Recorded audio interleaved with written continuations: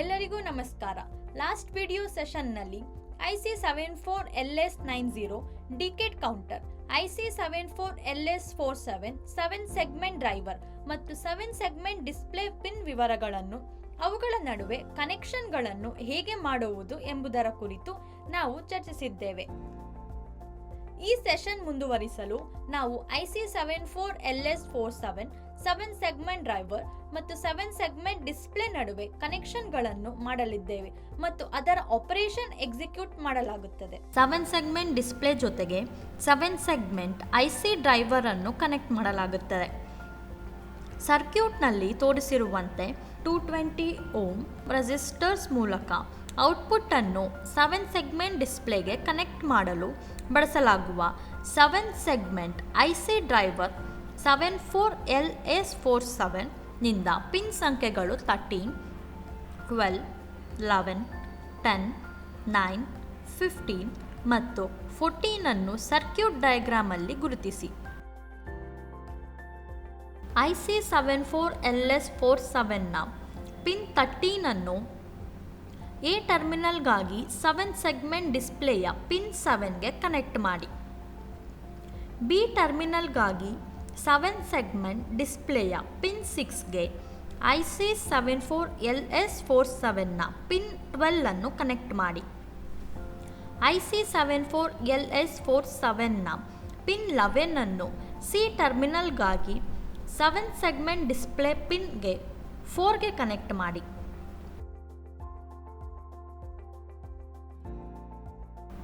D ಟರ್ಮಿನಲ್ಗಾಗಿ 7 segment ಡಿಸ್ಪ್ಲೇಯ pin 2ಗೆ IC74LS47 ಪಿನ್ 10 ಅನ್ನು ಕನೆಕ್ಟ್ ಮಾಡಿ.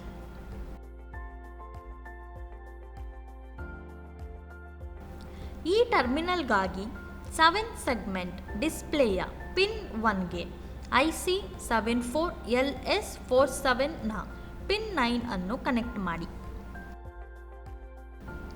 ಎಫ್ ಟರ್ಮಿನಲ್ಗಾಗಿ IC74LS47 ನ ಪಿನ್ 15 ಅನ್ನು 7 ಸೆಗ್ಮೆಂಟ್ ಡಿಸ್ಪ್ಲೇ ಪಿನ್ 9ಗೆ ಕನೆಕ್ಟ್ ಮಾಡಿ.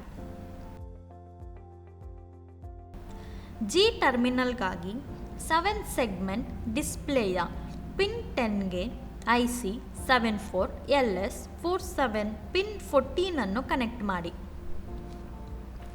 7 ಸೆಗ್ಮೆಂಟ್ ಎಲ್ಇಡಿಯನ್ನು ಪಿನ್ಗಳು 3 ಮತ್ತು 8 ಅನ್ನು ಕನೆಕ್ಟ್ ಮಾಡಿ ಮತ್ತು 5 ವೋಲ್ಟ್ ವಿದ್ಯುತ್ ಸರಬರಾಜುಗೆ ಕನೆಕ್ಟ್ ಮಾಡಿ.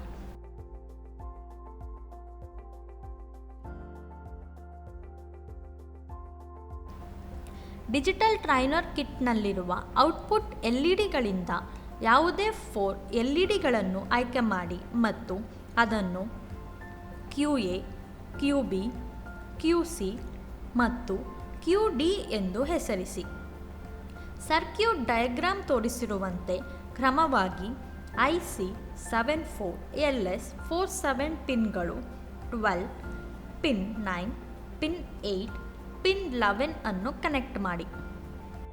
QA, QB, QC ಮತ್ತು QDಗೆ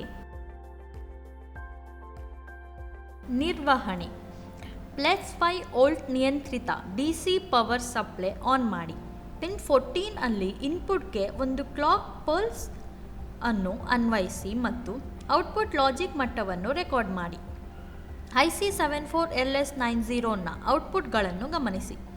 ಸತತ ಕ್ಲಾಕ್ ಪಲ್ಸ್ ಇನ್ಪುಟ್ಗಳಿಗಾಗಿ ಔಟ್ಪುಟ್ ಲಾಜಿಕ್ ಮಟ್ಟವನ್ನು ಪರಿಶೀಲಿಸಿ ಮತ್ತು ಕೋಷ್ಟಕದಲ್ಲಿ ತೋರಿಸಿರುವಂತೆ ಇನ್ಪುಟ್ನಲ್ಲಿ ಪ್ರತಿ ಕ್ಲಾಕ್ ಪಲ್ಸ್ ಅನ್ನು ನೀಡಿದ ನಂತರ QA, QB, QC ಮತ್ತು QD ಔಟ್ಪುಟ್ಗಳ ಸ್ಥಿತಿಯನ್ನು ಗಮನಿಸಿ.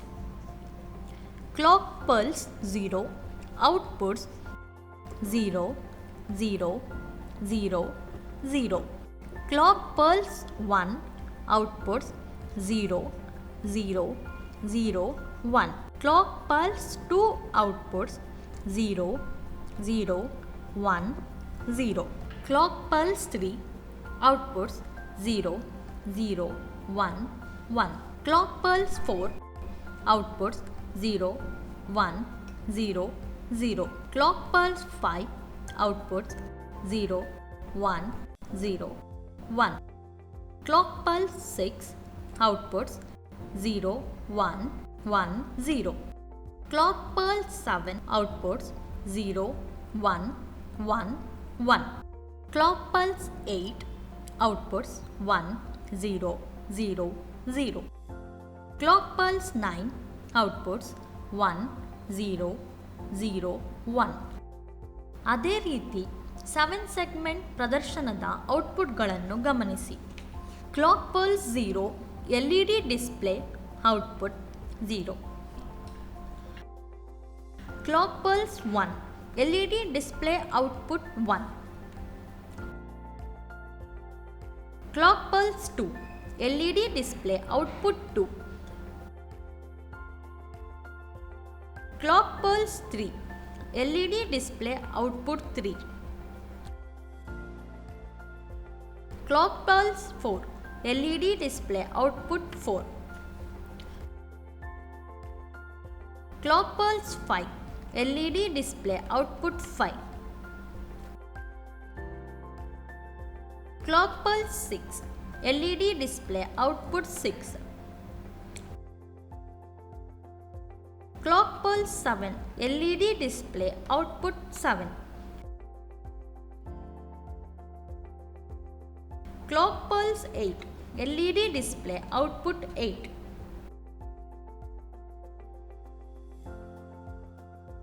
Clock pulse 9 LED display output 9. ಈಗ ನಿಮಗೆ ಸಾಧ್ಯವಾಗುತ್ತದೆ ಎಂದು ಭಾವಿಸುತ್ತೇವೆ. ಸಿಂಕ್ರೊನಸ್ ಡಿಕೇಡ್ ಕೌಂಟರ್ ಅನ್ನು ಕನ್ಸ್ಟ್ರಕ್ಟ್ ಮತ್ತು ಟೆಸ್ಟ್ ಮಾಡಿ. ಸಿಂಕ್ರೊನಸ್ ಡಿಕೇಡ್ ಕೌಂಟರ್ ಅನ್ನು ಹೇಗೆ ಕನ್ಸ್ಟ್ರಕ್ಟ್ ಮತ್ತು ಟೆಸ್ಟ್ ಮಾಡುವುದು ಎಂಬುದರ ಕುರಿತು ಇದು ಈ ಸೆಷನ್ ಅನ್ನು ಮುಕ್ತಾಯಗೊಳಿಸುತ್ತದೆ. ಧನ್ಯವಾದಗಳು.